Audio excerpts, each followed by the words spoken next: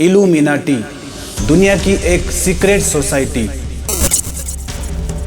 इसके मेंबर्स क्या करना चाहते हैं और इनका अल्टीमेट गोल क्या है, ये कैसे रहते हैं, ये आम दुनिया से कैसे छिपे रहते हैं और ये कैसे शैतानों की पूजा करते हैं और अपनी आत्मा शैतानों के हाथ में बेच देते हैं, और ये सिर्फ सक्सेस और ज़िंदगी को अच्छा करने के लिए। इनको इससे कोई मतलब नहीं है ये अगले जन्म में क्या बनेंगे और इनको क्या सजाएं दी जाएंगी, इससे इनका कोई लेना देना नहीं है। ये तो सिर्फ आज की सक्सेस और कामयाबी के लिए ये अपने सब कुछ दांव पर लगा देते हैं। ये वो लोग हैं जो हज़ारों लोगों को मरवा सकते हैं और उनके मौत का कारण बन सकते हैं, और उसी रात को वो चैन से सो भी सकते हैं। इनके लिए कोई काम अच्छा या बुरा नहीं होता। जिस काम में फ़ायदा हो वो उनके लिए अच्छा, और जिस काम में नुकसान हो वो काम उनके लिए बुरा होता है। तो आज हम जान लेते हैं कि आखिर ये सीक्रेट सोसाइटी बनी कैसे और इसकी शुरुआत कैसे हुई। इससे पहले मैं आपको बता दूं कि अगर मेरे वीडियोस आपको अच्छे लगते हो तो प्लीज़ चैनल को सब्सक्राइब करो और वीडियो को भी ज़रूर लाइक किया करो।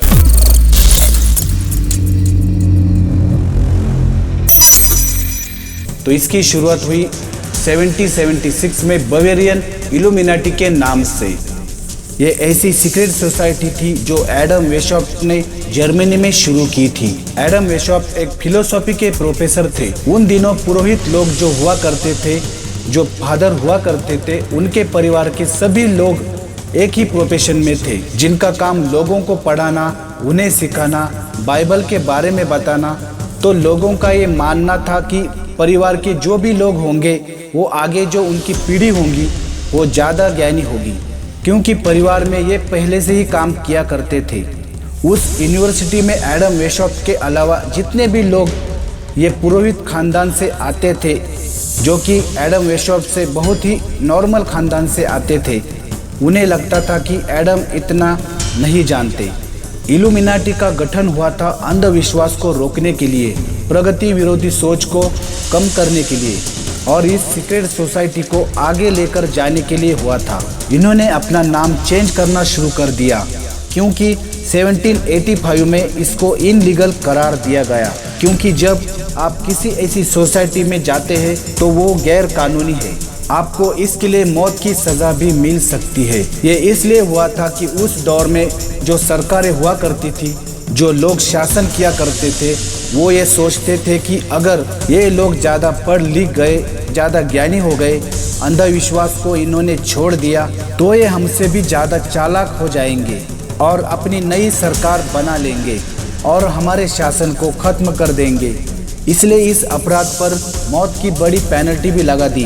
1785 के बाद इल्यूमिनाटी इनलीगल हो गई और तब से ये सीक्रेट सोसाइटी भी हो गई। इसके बारे में बात करने से भी मनाही हो गई। इन लोगों ने सोसाइटी में अलग अलग नाम रखना शुरू कर दिया। जो इनके नाम हुआ करते थे वो उन्होंने बदल दिए, LSS रखना शुरू कर दिया, छोटे नाम।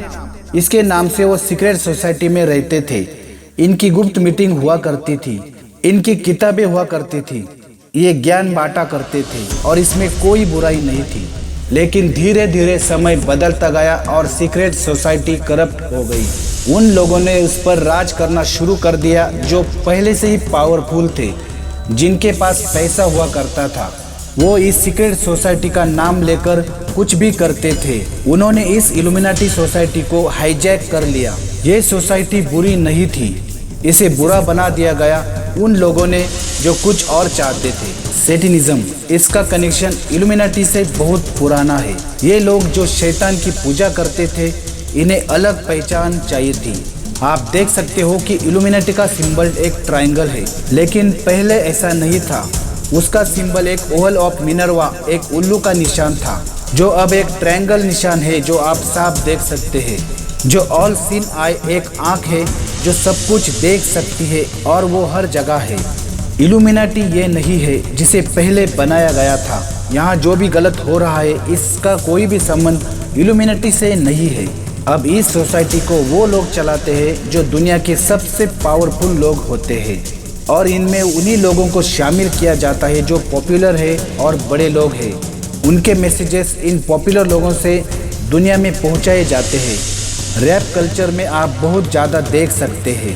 फेमस लोगों के द्वारा ही क्यों इसे फैलाया जाता है, क्योंकि अगर ये लोग इनके साथ आ गए तो ये करोड़ों लोगों को अपने साथ ला सकते हैं और वो अपने सीक्रेट उनके सबकॉन्शियस माइंड में डाल सके और उन्हें ये बता सके कि सब कुछ सही है, कुछ भी गलत नहीं है। इल्यूमिनाटी ये संदेश दे रहा है कि जिससे भी आपको फायदा हो रहा हो, जिससे भी आपको सक्सेस मिल रही हो, वो रास्ता गलत नहीं है, चाहे इसके लिए आपको कुछ भी कीमत चुकानी पड़े। किसी को मारने से भी आपका काम बनता है, आपका बिजनेस चल जाता है, तो करो। इल्यूमिनाटी ये मैसेज दे रहा है कि शैतान की पूजा करो। भगवान और शैतान कुछ नहीं होता है, जिससे फायदा मिले उसकी पूजा करो। शैतान की पूजा करने से अगर आपका काम बनता है तो करो। अगले जन्म में इनके साथ क्या होगा इससे इन लोगों को कुछ लेना देना नहीं है। लेकिन मैं आपको बता दूं कि अपनी आत्मा आप शैतान को दे रहे हैं तो इससे बुरी चीज़ कोई नहीं है। अब हम बात करते हैं रैप कल्चर की। इससे पहले मैं आपको बता दूं कि रैप एक म्यूजिक जॉनर में शामिल नहीं किया गया था। यह एक म्यूजिक जॉनर है ही नहीं, इसे तो बाद में बनाया गया। इल्यूमिनाटी के जितने भी मास्टर्स हैं इनको 3 कैटेगरी में बांटा गया और उनके नीचे वाले पपेट्स होते हैं। ये पपेट्स सबसे जूनियर होते हैं। उनका काम होता है कि गंदे वाहियात मैसेज लोगों तक पहुंचाना और लोगों को पता भी नहीं लगना चाहिए कि ये मैसेजेस उनके दिमाग में डाले जा रहे हैं, जिनको अगर आप रिवर्स कर दो तो वो शैतानी शपथ, जिससे आपके दिमाग में बस शैतानी आइडियाज़ आना शुरू हो जाएंगे। आपने देखा होगा रैप पसंद करने वाले और सुनने वाले लोग अक्सर आक्रामक होते हैं। उनके अंदर शैतानी आदतें बढ़ने लगती है क्योंकि उनके दिमाग में ये हिडन मैसेज डाले जा रहे हैं। आप अगर उस गानों को सुनेंगे तो आपको लगेगा ही नहीं कि आपके दिमाग में ऐसे कुछ डाला जा रहा है। नॉर्मल गाने लगेंगे लेकिन उनके अंदर छुपे होते हैं ऐसे ही मैसेज।